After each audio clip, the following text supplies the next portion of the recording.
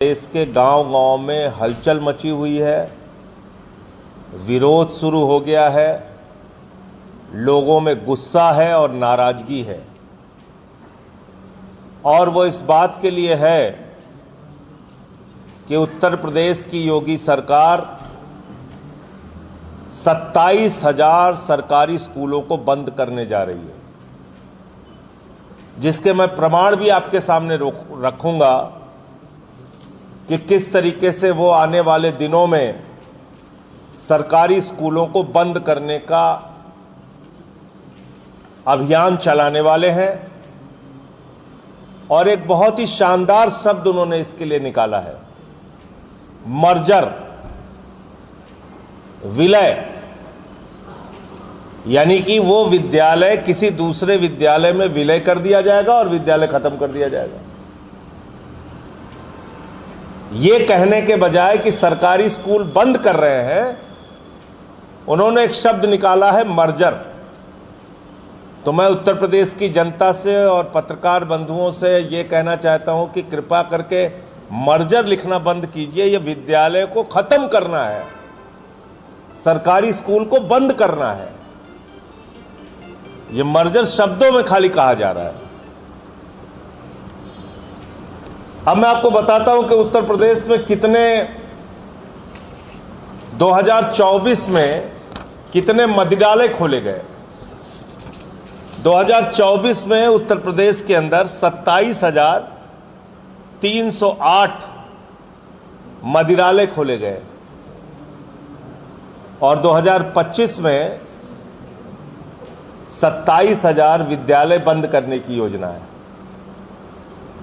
तो ये मदिरालय बनाम विद्यालय की लड़ाई है। उत्तर प्रदेश को मदिरालय चाहिए या विद्यालय चाहिए?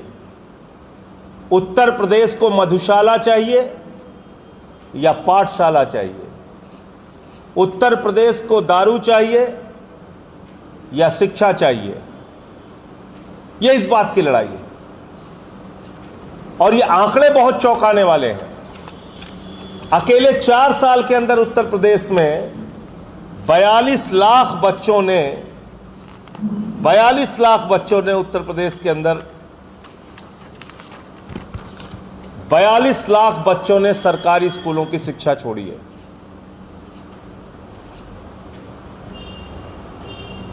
ये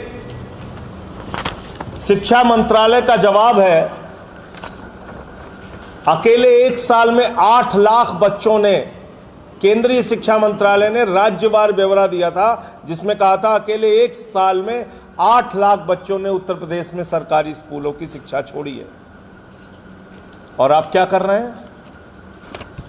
आप विद्यालय पे बुलडोजर चला रहे हैं। आप विद्यालय के ऊपर बुलडोजर चला रहे हैं। यह सीतापुर की खबर है। घर पे बुलडोजर चला बीजेपी के राज में,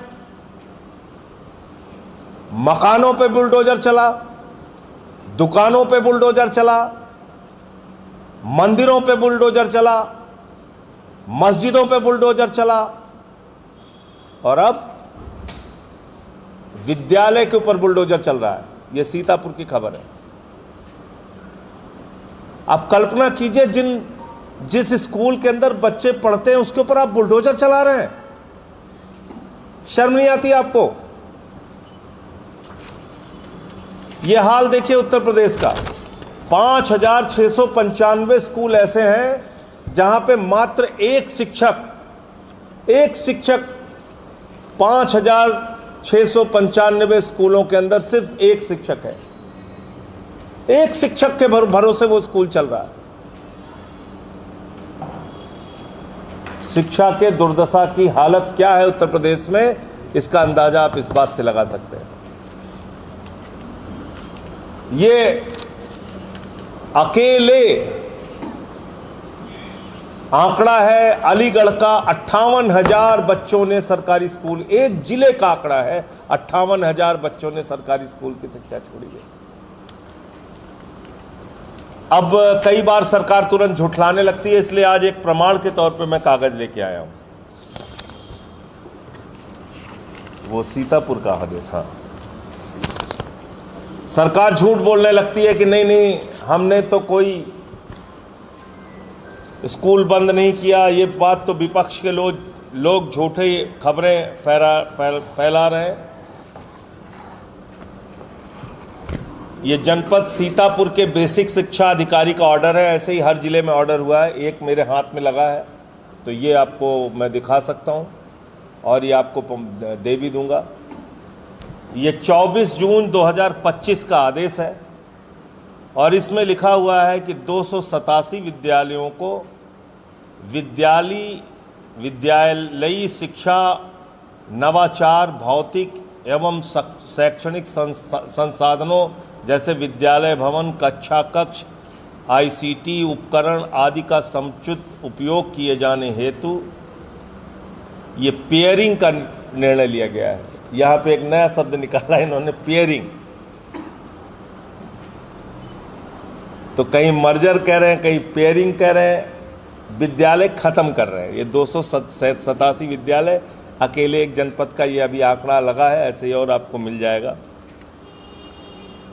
अब राइट टू एजुकेशन का एक्ट क्या कहता है, वो बहुत महत्वपूर्ण बात है। राइट टू एजुकेशन का एक्ट कहता है कि 6 से लेकर 14 तक के उम्र के बच्चों को निःशुल्क और अनिवार्य शिक्षा देनी होगी। मैं फिर दोहरा रहा हूं, देश का राइट टू एजुकेशन एक्ट यानी कि शिक्षा के अधिकार का कानून ये कहता है कि 6 से लेकर 14 वर्ष के आयु के बच्चों को निःशुल्क और अनिवार्य रूप से शिक्षा देनी पड़ेगी।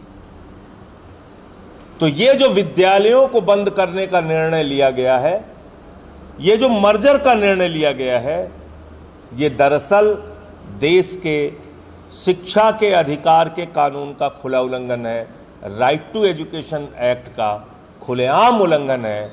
और ये उत्तर प्रदेश की योगी जी की सरकार, बीजेपी की सरकार कर रही है। अब इससे और क्या नुकसान है, इसमें करीब करीब 26,000 पहले ही बंद हो चुके हैं, 27,000 विद्यालय और बंद होने हैं। तो 1.35 लाख यानी कि 1,35,000 सहायक शिक्षकों की नौकरी प्रभावित होगी, 27,000 प्रधानाध्यापकों की नियुक्ति प्रभावित होगी और हजारों की संख्या में शिक्षा मित्र की जो है वो नौकरी प्रभावित होगी। अब ये तर्क क्या दे रहे हैं, कह रहे साहब बच्चे कमा रहे हैं, तो बच्चे कमा रहे हैं तो बच्चों को बढ़ाने की जिम्मेदारी किसकी है, बच्चों को प्रेरित करने की जिम्मेदारी किसकी है।